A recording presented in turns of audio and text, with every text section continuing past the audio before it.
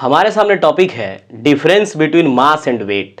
यानी हम मास और वेट के बारे में डिफरेंस करना जानेंगे, यानी कि मास और वेट में क्या अंतर है। तो हम लिख सकते हैं आंसर में following difference between mass and weight. हम सबसे पहले मास के बारे में जानेंगे, फिर उसके अपोजिट एक वेट के बारे में, फिर मास, फिर वेट के बारे में। ऐसे करके हम डिटेल्स में जान पाएंगे कि मास और वेट के बीच क्या डिफरेंस है। तो सबसे पहले मास, इसको हम शॉर्ट में लिखेंगे। इसका नोट्स आपको डिस्क्रिप्शन में मिल जाएगा, आप वहाँ से डाउनलोड कर सकते हैं। वहाँ एक लिंक होगा टॉपिक नोट्स, वहाँ से आप डाउनलोड कर सकते हैं। तो अगर हम देखें मास का, तो मास क्या है? मटेरियल कंटेन इट, यानी किसी भी मैटर में जितना मटेरियल कंटेन है वही क्या है? मास है। जैसे ये आप देख रहे हैं मार्कर, इसमें जितना मटेरियल कंटेन है, यानी जो मटेरियल इसमें कंटेन है वही मिलकर इसका मास बना रहा है। यानी इस मार्कर में जितना मटेरियल कंटेन है वही मिलकर इसका क्या बना रहा है? मास बना रहा है। अगर हम वेट की बात करें तो उसमें लिख सकते हैं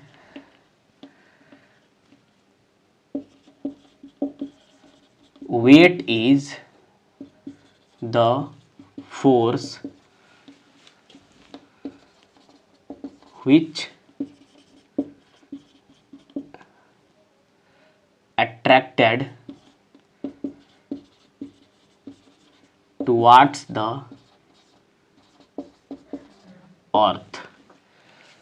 यानी वेट एक ऐसा फोर्स है जो अर्थ की तरफ अट्रैक्ट होता है। जैसे अगर हम इस मार्कर को यहाँ से छोड़ देते हैं, अगर यहाँ से हम छोड़ते हैं तो पृथ्वी अपने तरफ इसको खींच रही है, और जिस फोर्स से खींच रही है वही क्या कहलाएगा? वेट। यानी कोई ऑब्जेक्ट, जैसे आप बैठे हुए हैं या मैं खड़ा हूँ, तो मेरे बॉडी में एक वेट लग रहा है, तो मेरे बॉडी के ऊपर एक वेट लग रहा है। यानी कि पृथ्वी, यानी जो अर्थ है, एक फोर्स से खींच के रखी हुई है, और वही जिस फोर्स से खींची हुई है उसी को हम क्या बोलेंगे? वेट बोलेंगे। यानी कोई ऑब्जेक्ट अर्थ के तरफ जिस फोर्स से खींचा जाता है वही क्या कहलाता है? वेट कहलाता है। हिंदी में उसको भार कहा जाता है। और मास को हिंदी में क्या बोलते हैं? द्रव्यमान बोलते हैं। अगर अगला हम देखें तो मास में हो जाएगा mass is denoted by M. Mass किससे डिनोट करेंगे? स्मॉल एम से, या कैपिटल एम से भी आप लिख सकते हैं। अगर इसमें हम लिखें तो लिख सकते हैं weight is denoted by W. Weight को कैसे डिनोट करेंगे? डब्लू से। अगर हम मास में फिर लिखें तो लिख सकते हैं SI unit of mass is KG. SI unit क्या है मास का? केजी है। अगर हम वेट का एसआई यूनिट लिखें तो wait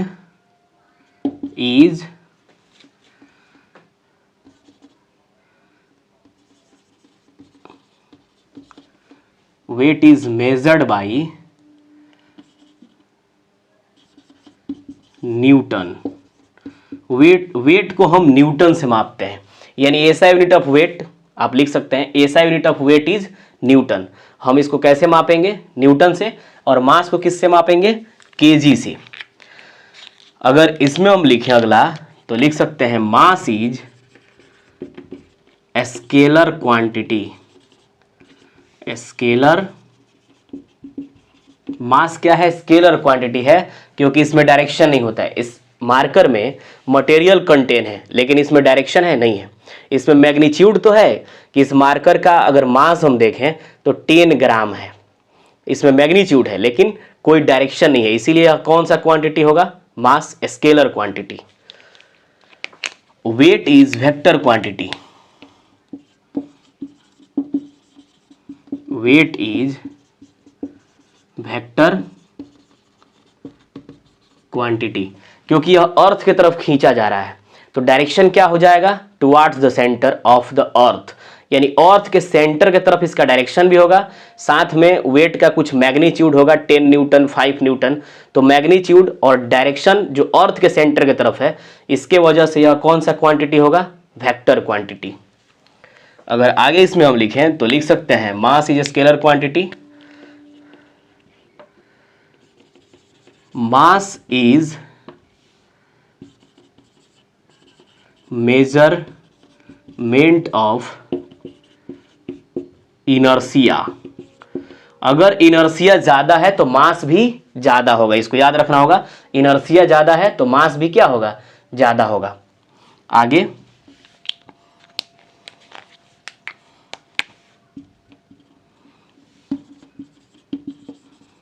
wait depends on gravity.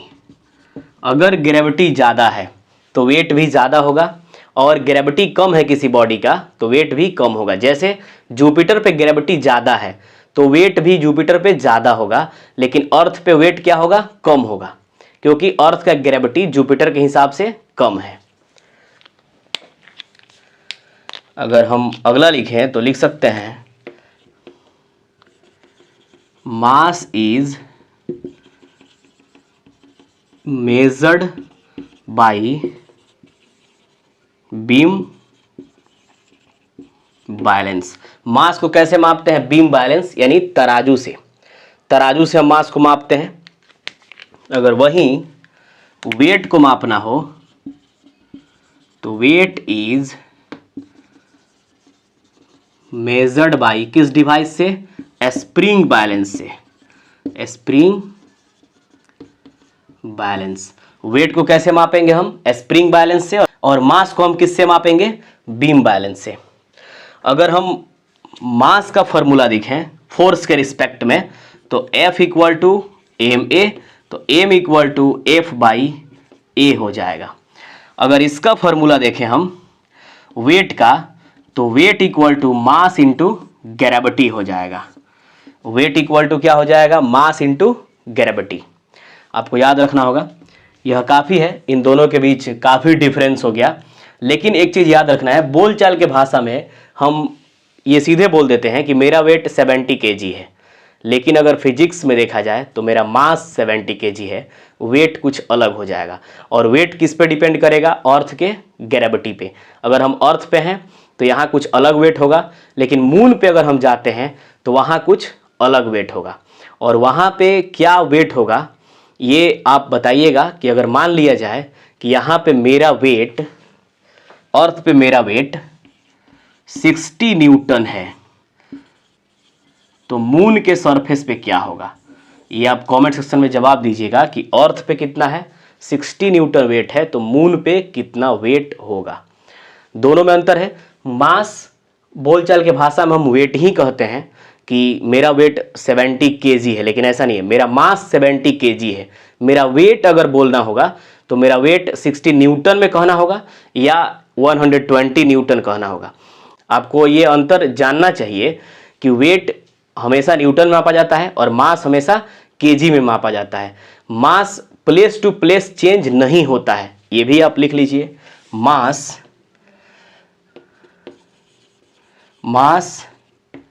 Can not be changed. Mass कभी चेंज नहीं होगा, mass always constant, but wait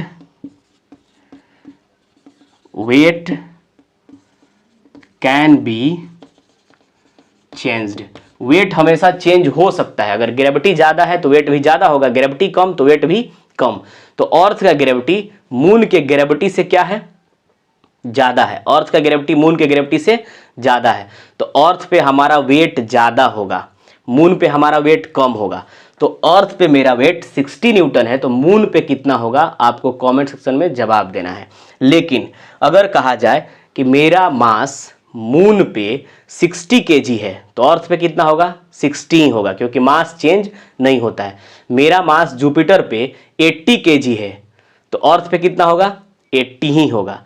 मेरा मास मून पे 120 kg है तो अर्थ पे कितना होगा, 120 ही होगा, क्योंकि मास कांस्टेंट होता है, मास चेंज नहीं होगा। चेंज क्या होता है, वेट। और वेट जब चेंज होगा तो यहाँ पे अगर 60 न्यूटन है अर्थ पे, तो मून पे कितना होगा? कमेंट सेक्शन में कमेंट कीजिए। अगर नहीं समझ में आता है तो इस पर एक वीडियो लेकर आएंगे कि आखिर में मून पे वेट कितना होगा और क्यों होगा। आपको ये लिखना है तो लिख लीजिए, इसका नोट्स डिस्क्रिप्शन में आपको मिलेगा। मिलेंगे फिर नेक्स्ट वीडियो में।